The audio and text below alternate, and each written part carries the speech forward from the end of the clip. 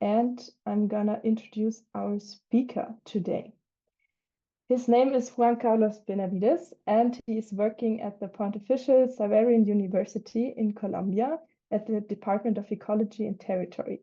He's an ecosystem ecologist with a special focus on understanding how climate change impacts human communities and their livelihoods due to recent shifts in atmospheric, cryogenic, geomorphological, and biological systems in tropical regions. His work centers on the intersection of climate change science and policy, with a particular interest in designing resilient landscapes to support climate adaptation and mitigation efforts in the Andes and the Amazon. He has a bachelor's, a master's, and a PhD in plant biology from the Southern University of Illinois. And since 2008, he has studied peatlands across the globe with a particular interest in carbon dynamics, biodiversity, and climate change in tropical wetland ecosystems. And today he will give us a talk about peatlands are almost everywhere, the role of organic soils in climate change mitigation and adaptation in the tropics. And dear Juan, we're very much looking for your lecture, and the stage is yours. Thank you very much, Ella. Well, thank you all for being here. It's not going to be easy to replace the original speaker, Matthias, who should be giving this talk, but he asked me, and I hope that I can fill at least his shoes in part. So I'm very happy to share this with you. And I would like to do a talk that is more about geography, but also more about what we see in the future and these opportunities that come with climate change, because not everything is negative, and of course related to peatlands. So I would like to start just showing you this picture of two peatlands in a calcareous landscape. And as you can see, they look very different and they have complete different vegetation, just being 100 meters from each other or 200 meters from each other. The one on the right is a calcareous peatland with a sinkhole in the upper part of the image. And what you see white there is this tufa, this white calcareous deposit that is formed. And it has layers of peat with layers of this calcareous material intercalated for a few meters. On the left, you see a stream associated geomorphology with some plants forming peat, where you see a flat landscape in the middle of all these mountains, creating this particular geometry of the peatland. Doesn't have any of the calcareous deposit that you see on the right, associated to just to stream flow and to the groundwater recharge on the sides. And it has 4 or 5 meters of peat that might be 6,000 to 7,000 years old. So these peatlands are not big, but are very frequent in the landscape, even in a barren landscape, calcareous system like the one you're seeing in the image. So my talk will be about the geography of the Andes, a little bit of how this geography of the Andes is related to the variation in peatlands, what is the main patterns in carbon dynamics, both old and recent, what are the main degradation patterns and the impacts that they cause on these carbon dynamics, a little bit about nature-based solutions, and most important at the end is how this instrumentalization of nature to solve our problems is creating some changes in Andean societies. So that's the outline of the talk. And with that, you start. So the Andes is the longest mountain chain in the world. It has almost 9,000 kilometers. It covers almost 75 degrees of latitude. And if you remember your basic geography classes, 1 degree of latitude in the Ecuador is equivalent to 100 kilometers. So it's a lot of area that covers a large change in latitude and also on climates, because it goes from the wet parts in the northern part, in northern Peru, Ecuador, and Colombia, to the dry parts in the center. But then when you go down to the south, again, it becomes a little bit wetter. And it changed, and this moisture, this precipitation is not homogeneous through the Cordillera. Sometimes it's more abundant to the east, sometimes it's more abundant to the west, depending on the predominant winds and climate patterns. But this is not all. At the same time, it gives rise to a variety of ecosystems with high diversity. And when you see in the green outline on the image on the right, is the hotspot for the Andes that is the most diverse hotspot in the world. It's the hotspot that has the most species of all the hotspots in the world. So it's not only a very important place from the ecosystems, the people that is there, but also from the amount of species and unique endemic species that are there that offer unique ecosystem services for the different cities at lower elevations. And here these are small profiles of the topography on black and the precipitation on blue across different transects in the Cordillera. So as you see, in the northern part in Colombia, precipitation is quite high, and you have peaks of precipitation on the side of the mountains. And when you get into the mountains, this precipitation is reduced by the mountain shade effect, and it's even further reduced in the inter-Andean valleys. So we have many valleys that might be surrounded by a lot of precipitation, but this particular valley will be almost a dry area. And with that, it will come some changes to the vegetation and to the peatlands that can develop. The second one is a little bit in Ecuador, and as you can see, it's very wet too, and in blue. And you can see the two cordilleras of Ecuador, the left and right parts of the black outline. But the most important part for peatlands and the highest part of the Andes is in the central part, in the northern Chile and Bolivia, where you have the altiplano with a very high elevation, a lot of flat areas, and very little precipitation. The precipitation that we see is only the one that you see in the Amazon side, on the east side of the Cordillera. And as you go south to the Atacama Desert, precipitation really goes down, and you only have a little bit of precipitation to the east side. In Patagonia, the Cordillera is a lower elevation, and precipitation is concentrated to the western side. Of course, this is not constant. It has variations during the year, mostly related to the movement of the ITCZ, or the Intertropical Convergence Zone, and the interaction with the southern summer monsoon. So during summertime, we have precipitation. Of course, this is the southern summer. So at this moment, you might have these dark and snowy days in the north, but in the south, we have the summer. And with the summer, it comes the South American summer monsoon that is occurring at this moment. And this is the moment where the little bit of precipitation that you have in Bolivia and Chile is when you will have it. This is the moment of the precipitation that will last for 1-2 months, and the little bit, the 100 to 200 or 300 millimeters that will fall, they will fall mostly in the next 2 months. By mid-year, when you have your summer, we have the winter, and we'll have an influence of the westerlies that will bring precipitation to the western side of the Cordillera, but this precipitation won't reach the Bolivian side or the southern Peru, so it will remain dry for the rest of the year. And we have all these climatic patterns and biogeographic patterns across the Andes, but then do peatlands care? When we see peatlands, do they respond to this? And I will show you some images for you to think about this. So let's start with a little bit of peatland ecology. We know the bogs, we know the fens, where bogs are fed by precipitation mostly, very eutrophic, very low nutrient. And there is something very important. We don't see bogs in the tropical or subtropical Andes. We only see bogs in the Andes when you get to the flat, cold areas of Patagonia.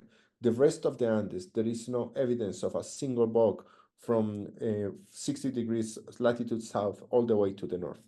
So the only bogs that we have are in the Patagonia region, formed mostly by Sphagnum magellanicum and some associated species. The rest of the peatlands are all fens, either fed by groundwater or by rivers. As you can see in the image in the background, this is a small peat island in a small lake. This is a glacier lake that you can see the shape, and the terminal moraine that blocks the lake, you can see at the background of the image, just at the end of the limit. So we only have fens, but we have a lot of species, a lot of variation, and they're very frequent. And the question is, how peatland respond to this variation? And let me show you something. This is a peatland in Colombia, very high precipitation, almost 1,000 millimeters a year. And I don't know if you can see it, but here there is a person. I will try to highlight this. But here there is a person. that's the size of the peatland. So this is a particular large one, and it has around 200 to 300 hectares, and is dominated by almost one species, a Juncus kind of species that is called Disturbance muscoides. This is Bolivia, almost 200 hectares of peat with a very low precipitation too, almost 300 millimeters of precipitation. And all this is dominated by a single species that happens to be the same species that I just showed you in Colombia. This is early in the morning, and you can see some frost on the open water sites. And this is Chile, one of the driest places in the world. And what you can see, and you can see a person here, it looks very small too. And this is a peatland. It's very old, and it has some paludification. That means that it's growing a little bit to the sides, even though it's hard to believe with all this dry terrain. It has around 4 to 5 meters of peat, and it is the same species. It's Distichia muscoides, the same species that we talked before, is the species forming peat here. So despite of this climatic variation, we found peat again and again being formed by the same species, peat-forming species. And here you can see a very healthy conserved cushions of this Distichia, and the peatlands you're used to in Europe, they are soft and kind of tremor-like, and you have all these histories about the bog and people being lost in the bog. But these cushions are different. I mean, you can jump on them, and they won't sink. I mean, they can withstand it. They are very tough. That also means they are very carbon dense, and they grow very fast, as we're going to see in the next slides. When you have disturbances, you might have removal of the biomass by grazers, and what you end up with is a very homogeneous and flat vegetation without the cushions of these small hummocks that we saw in the image below. But there is not only cushions, we also have peatlands that are dominated by sedges with the same conditions that you have in different countries in the world in the Northern Hemisphere. And this is a carex species with some sphagnum in between, but 80% of the biomass is the carex and associated species. And here you can see we're going to touch bases on this before. This is an eddy covariance tower that we'll be discussing before. And these places people will see these places are wet places that are not useful for agriculture or cattle. So they're drained and they're ditch. So this is a small ditch, has a little bit of infill already because of the restoration process. But you can see the floating sphagnum just filling up the ditch. And I like this image. I thought it is very old now. It's from 2000, from the IPCC-R4 report from 2013. And what is interesting about this is the different processes that have removed CO2 during the Holocene. And as you can see, the most important one is peat accumulation. According to this report, and at the time that it was produced, around between 20 to 30% parts per million of CO2 have been removed by peatlands. That means that all this CO2 is now stored as carbon in peatlands underground. And carbon is one side of the history, but we couldn't speak about wetlands without talking about methane. So methane is the big question that we have. Current measurements of methane emissions from Andean peatlands indicates that they are very low, but it's related to disturbance. So when you have some type of disturbance that doesn't affect the water table, you will have higher methane fluxes, being low compared to other ecosystems or tropical lowland ecosystems such as Indonesia or Amazon peatlands. And I'm going to show you data from many sites across the Andes just to give you a more geographic perspective of these changes. So first of all is water chemistry. It is very important. As we saw before, climate is important, but we can see a species that will be in the middle of the desert, but also will be in the middle of the wet areas in Colombia. But when it becomes important for the peatlands is the water chemistry. A little bit of elevation, a little bit of climate, but the most important thing controlling peat vegetation and peat forming vegetation, and thus the relationship with the different disturbance factors, is water chemistry. And if you have your water chemistry right and your hydrology right, you can manage peatlands very effectively. So this is at the tree line. This is very low elevation. I say low elevation, but this is around 2,800 meters just below the tree line. And this is a small peatland, all dominated by sphagnum.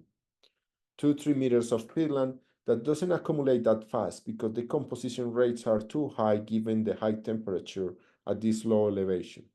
But there is something, and this is over a granite substrate, very low nutrient side.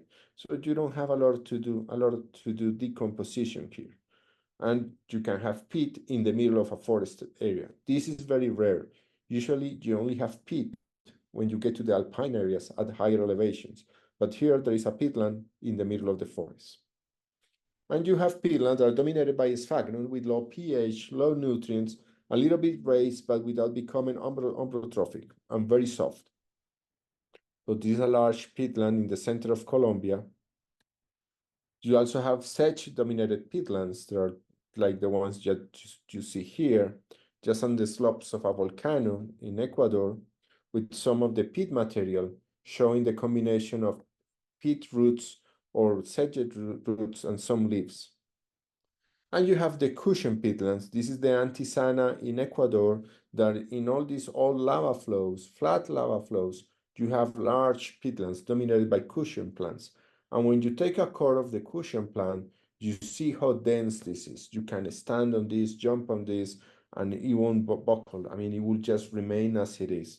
It is very hard, and also it doesn't decompose that fast, and then peat accumulates quite quickly.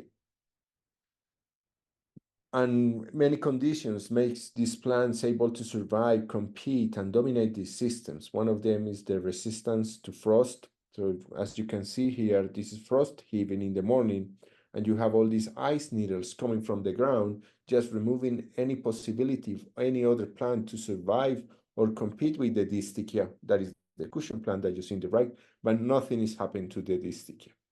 So it's one important strategy for them to remain compact, rigid, and to dominate on these landscapes. And peat doesn't develop really in flat surfaces. They might start a little bit on the flat areas, but then they grow to the sides, and they grow during thousands of years, just accumulated 1 centimeter, 1 millimeter at a time, in filling different basins. One of the most important conditions that we have found for the development of peat is to have the right areas where you have water accumulation of some sort. If that area doesn't exist, peat won't develop. That means that in most of the slopes of the Andes, you won't see peat, perhaps because there is not the topographic or geomorphological controls that you need more than the climate that you will see there. So when you see these species, they have clear responses to elevation. So you only have distichia at very high elevations, very cold climates. You have Sphagnum magellanicum, or in general Sphagnum species, at intermediate elevations, and you have Carex species and sedges at lower elevations. So there is a small elevation gradient controlling the vegetation, but the main one is water chemistry. As you see here, sedges can survive in almost any condition, while sphagnum only likes a short interval between 3.5 to 5.5 pH, while distichia prefers sites with high pH and high electrical conductivity. So that also gives us signals about how to manage these systems, because it's not only the water, the depth of the water table, but also the water chemistry. So you have to be aware, from where are you getting your water? Is your water getting in contact with the bedrock? Is your water just run off water from rivers or streams that is infilling these peatlands? Because that's how you can maintain the pH and chemical conditions of the water for proper management. This is just the distribution of elevation. And I like this diagram because it combines a little bit of the different climate controls, precipitation and temperature, but also it makes emphasis on the relevance of water chemistry. So you have the poor fens that are sphagnum dominated, the rich fens that are dominated by true mosses or mosses other than sphagnum, sedges, and other herbaceous species. But at higher elevations, you have the cushions that can even go at lower elevations when you have enough water chemistry, when you have high conductivity. So sometimes you will see a site with a conductivity very high, 700 microsiemens per centimeter, and this sticker will be very happy, and the cushion plants will be very happy, but nothing else will be able to grow in these very mineralized waters. The sphagnum is common. It only forms peat or relevant peat areas in Ecuador and Colombia, and in Ecuador only in the southern part of Ecuador. But you can find pockets of sphagnum peatlands across the Andes where the chemical conditions of the water are right. If you have some source of acidity in the water, the sphagnum will be able to come in and dominate and create peat. If it's just normal waters without any acidic control or acidic input, you will have sedges or cushions dominated in the central and southern part of the Andes. Of course, you can get sphagnum again when you get to Patagonia, but it's almost a boreal or temperate system, very similar to the ones that you have in the northern hemisphere, and it's not related to the Andes concept. Well, these peatlands or these ecosystems, they don't exist by themselves in the landscape. It's a landscape that has been used from pre-Columbian times. You might think that when Christopher Columbus arrived to America, we started a process of sophistication and industrialization or agriculture. In fact, our population dropped after Columbus arrived because of the disease, warfare, and colonization process. So we didn't need food or expansion of agriculture until very recently in the 1900s. Before Columbus arrived, there were huge expanses of agriculture in high elevations, as is shown by the Incas in Peru and different other native communities. So land use has been an important factor controlling the ecosystem of the Andes for the last 1,500 years. And at the same time that we have this history of land use, there is a more recent processes of land use given the necessity for food and food production in different areas and the price of commodities. When you have the price of potatoes, the price of rice, the price of corn going up, you have an expansion of these areas. And most of the time, these areas will move into areas that were previously unused, such as the wetlands. So wetlands are threatened now because of this agricultural expansion. So we have changes by land use change. We also have just plain deforestation. We have degradation that will be agricultural fields next to the peatlands. And we have at the same time other human activities such as restoration, protection, or management that will have a positive impact on the ecosystems, but at the same time it will be the result of human actions. Any human action that changes an ecosystem is considered under a term that is activity. And activity data is key to understand the impacts of the humans on the climate or from the land use perspective. So activity data is very important, and have precise activity data is one of the challenges that I will show you later today. So we have many types of disturbances in these peatlands. We have cattle, we have cows, we have sheep, and different camelids just grazing on peatlands. We have ditches that are created by erosion or just by drainage, trying to drain the area so it can be more productive, and these waterlogged environments will change from a system that doesn't allow the plants to grow because of the anoxic conditions to a more productive system. Or you just have degradation that might be caused by different agents, such as overgrazing or just erosion or sediment deposition. Many types of process will affect a peatland without having to intervene on it directly. And of course, you have the most intense degradation of all, that is a complete change in the structure that is to convert these areas of wetlands into crops or agricultural areas. All these processes involve heavy losses of CO2 or soil carbon. And I will show you a little experiment. So we did a small experiment a few years back, and the experiment has different simulated activity of cattle, not grazing, but the compaction of the cattle, the fertilization of the cattle that will activate many biochemical processes in the peat and the interaction between the two. And we found after 2 years, as you can see, this is part of the cattle simulation, and use a very rustic method of crank wires to measure the growth of the peat and the NPP, or net primary production. And we use decomposition bags during these 2 years to estimate the decomposition rate. And we found was very huge impact on peat stability, because we found a lot of, this is the production and this is the decomposition at different layers of the peat in our control experiment.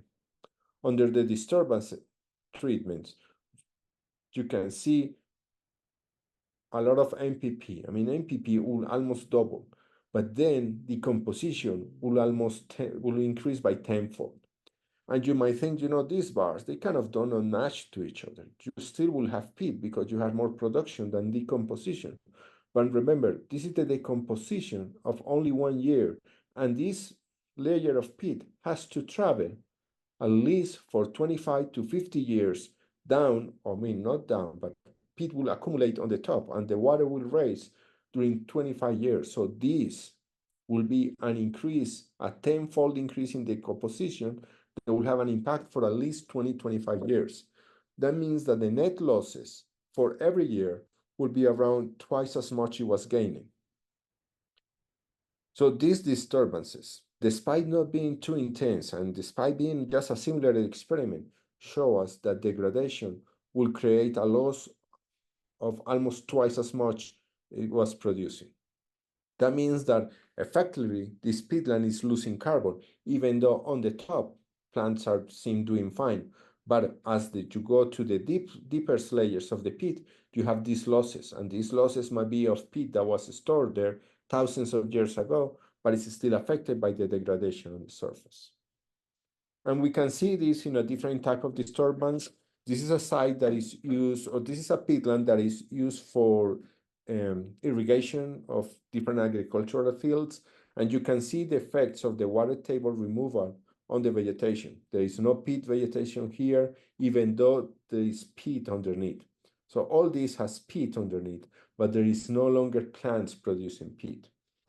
And we took some cores and we did some lead to 10 analysis. And what we found is that between the undrained and drained side, there is a difference of almost 5 kilograms per square meter in the accumulation during the last 100 years. That means that we have lost almost 500 tons of carbon from this site in the last 5 years. So this is a lot of carbon being lost for a site that can be easily managed just with a small valve that can control the water table. We'll be able to recover this peatland and prevent all this carbon to be lost. There are also impacts on biodiversity. As you can see here, what is in black are the vegetation of the drain sites that is very different from the vegetation of the natural sites. So there were other peatlands on the top of the ridges here above the mountains. So we include them in this study just to see if there was some transition between the different ecosystems. But of course, the degradation was higher here, with a lot of calcium associated to it, since this is a sedimentary rock and there was some relationship with the calcareous background or the calcareous bedrock underneath it. And here we have a little bit of complications. You see all these points and all this data, and if you have seen eddy covariance data, then you see, oh, this is nothing. But if you're like me, that when you see a data-rich environment, you have 100 points, but then this is a little bit more than that. And what you can see here are the results of analyzing this kind of instrument. This instrument measures almost between 20 to 40 times per second the speed and direction of the wind, and at the same time estimates the concentration of CO2. So depending on the direction of the wind, you can know if CO2 is rising or lowering. And with that, you know the grains of CO2. If it's rising, it means that your site is losing CO2. If it's lowering, it means that your site is absorbing CO2. Okay, so NEE is a very important term. It refers to net ecosystem exchange. And in here, as you know, you can notice, but there is a minus sign. That means that the axis is inverted. because from the atmospheric perspective, if a site is similar in CO2, that means that the atmosphere is losing that CO2 and then has a negative term. But here is inverted. So positive means that it's absorbing, but usually positive means that it's losing, and we will going to see that later. And this is something about how the ecosystem respond to light. And on top, you see, you don't need a lot of radiation to activate the system. Almost since you start getting some light, you start getting some photosynthetic response, or the combined response of all the plants in these ecosystems. And it will saturate very quickly, around 600, 700 par. When you do these measurements on individual plants, usually it goes like this, and then you saturate very high, around 1,000 parts or 800 parts, but the saturation point for the whole ecosystem is very low. That means that you don't need a lot of light to activate, but when you get a lot of light, you're not doing more photosynthesis. At the same time, there is a frequency in which these measurements are taken, and the CO2 is analyzed through this pipe that you can see here. This pipe is long and is disconnected from the actual wind measurements for some distance, and there is some drag in the way the wind or the air has to travel to this pipe to the analyzer that is located here. And that creates that you are not able to see some frequencies of the intervals, mostly very small eddies or very small turbulence areas, and you will miss that transfer energy, mass, and of course CO2 transfer. So you have to work a lot with something that is called the spectral signal of the instrument. And here on top, what you have is the analysis without the spectral correction, and before with a more sophisticated spectral correction. And you don't see a lot of difference between these two. Both of them saturate very quickly and then stabilize, both for a degraded site with ditches and a natural site. Well, when you go analyze this, there is a big impact in the carbon accumulated. When you don't do the spectral correction, your system is losing carbon. But when you do the spectral correction, your system loses carbon when it's dry, and then it gains carbon when it's wet. And the history with elevation continues. And this is a very important concept. As glaciers retreat, this land was open for colonization, and peat started to colonize. So you start getting very older peatlands at lower elevation and younger peatlands at higher elevation. The size of the points relates to the rate of peat accumulation, and you can see there are larger points at higher elevations. And then you might think, higher elevation peatlands are accumulating carbon faster because they are newer. But at the same time, remember, when you are a very new peat, you don't have almost decomposition, you're just growing. So this is a very curious artifact that you have to take into account when you do the carbon accounting of these sites. When you compare side by side, there is a clear signal that during the last 25 years, high elevation peatlands accumulate more carbon than lower elevation peatlands. And this is something very surprising because all of us have been at high elevation, or at least know that at very high elevations, you have very low temperatures, very low metabolic rates, and still the temperatures have risen so much that you have almost twice as much the accumulation rates at higher elevations that are lower elevations. This is using lead to 10 chronologies again, and only using very comparable cores, and only using the very well dated top cores. But how this translates to management? Well, we come back to the activity. And if you remember, the activity is the degree of human action. And this is a map that was recently produced by a student of us, Nicholas Skillens, who visited the Institute in Germany in June, July, in September, for the Peatland Conference. And he showed part of this. What I would like to highlight is that the huge effort that was made in mapping this particular land cover class that is called pasture peatlands. And this is degraded peatlands. They are no longer peat, or at least they don't have peat on the surface, but they should have peat because everything says you should have peat. But since the humans will change the land cover types, this will no longer have peat vegetation on top. So these are the degraded sites that later you can go on and do restoration, management, and have the carbon gains to to be able to sell it in carbon markets or just to mitigate the climate in the national inventories of greenhouse gases. Because, why is this important? Because degraded peatlands emit way more carbon that conserve peatlands, way more methane that conserve peatlands. So degradation is a big issue, mostly if the water table remains high. If you drain the site, you will lose peat as CO2, but you won't increase your methane emissions. In fact, you will reduce them. So as you restore these sites, you start losing, when you restore and recover this site, you reduce your methane emissions from your baseline. But as in the moment that you restore these sites, you will have a peak on methane emissions from the rewetting of the site. And as you can see here, some sites, that negative impact of the methane emissions on the climate balance of the peat has a huge impact in the first 5 to 10 years of development. But as the peatlands recover and that methane is reduced with good peatland management, you have positive gains in the carbon accumulation. In fact, these gains are so important that peatlands or Andean peatlands in our country, in Colombia, only cover 0.3%. But if you reduce the methane emissions of these degraded peatlands, you can use this 0.3% of our area to comply with 50% of the climate commitments of the country. So they have a huge potential, not only from the carbon side, but from the methane side. And finally, to the people.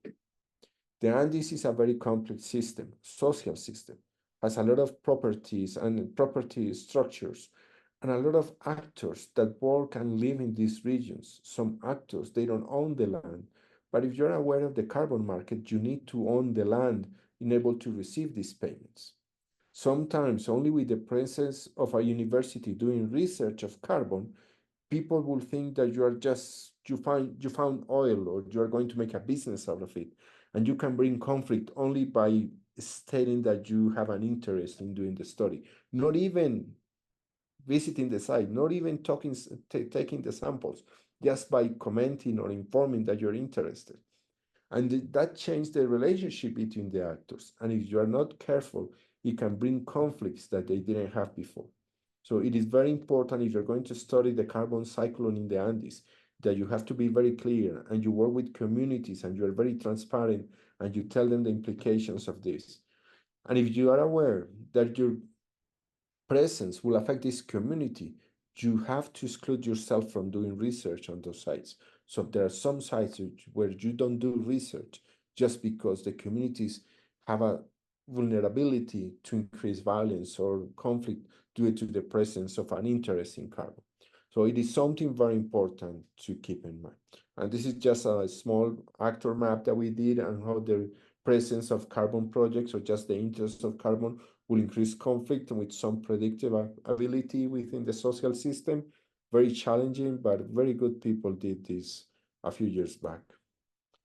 At the end, we have all these peatlands that are affected by climate change, are affected by people, and are affected by people in the way that can be on degradation, but also on the restoration and management.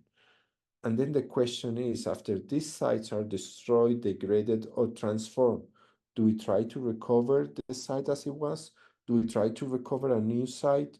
Are we seeing new trajectories in the peatland being developed that we haven't seen before, forming new non-analogous ecosystems or something that is called now novel ecosystems? What happens when the sphagnum peat is transformed into sedges? Can we get back to the sphagnum? What are the efforts that we need? Can we just, doing the hydrological restoration, comply with our climate goals and just leave it as it is? Because we're going to get paid for those carbon credits without caring about biodiversity, people's perception, culture. Just the climate is what matters. So these are questions that have to be answered very soon because we have all these climate impacts and climate market necessities that are very active in all these countries at the moment. So there is a strong relationship between science, management, policy that has to happen in a good way for all this to manage a very important and unique ecosystem in the Andes. With that, I'm just finishing. I told him that it was going to be 40 minutes. 38 minutes and 40 seconds. So I have 1 minute, 20 seconds to read this slide. And overall, methane fluxes from these sites are very low. Diversity is very high, very unique, and particular species. Human activities have large impacts on this carbon balance and greenhouse gas balance, which is good because it means that human actions can modify this and will bring opportunities to the people through the carbon markets. But you have to be very, very careful about how to do this transfer without increasing conflict, without increasing poverty, without creating a necessity for a land that wasn't there, increasing the price of the land, or the interest on to report the ownership of the land. So these carbon markets bring opportunity, but also bring some challenges that we need to face in the future. And remember, these peatlands, they have been there forever. I mean, we have peatlands that are 100,000 years old, and they were there before the human actions were relevant, and they will still remain there after another 100,000 years in new systems, new ecosystems, when they still keep storing carbon and they become part of the ecosystem services that nature offers to people, but it's in our hands to manage them well and manage them with justice. And with that, I hope that this talk was informative to you, and thank you very much. If you have any questions, I will take them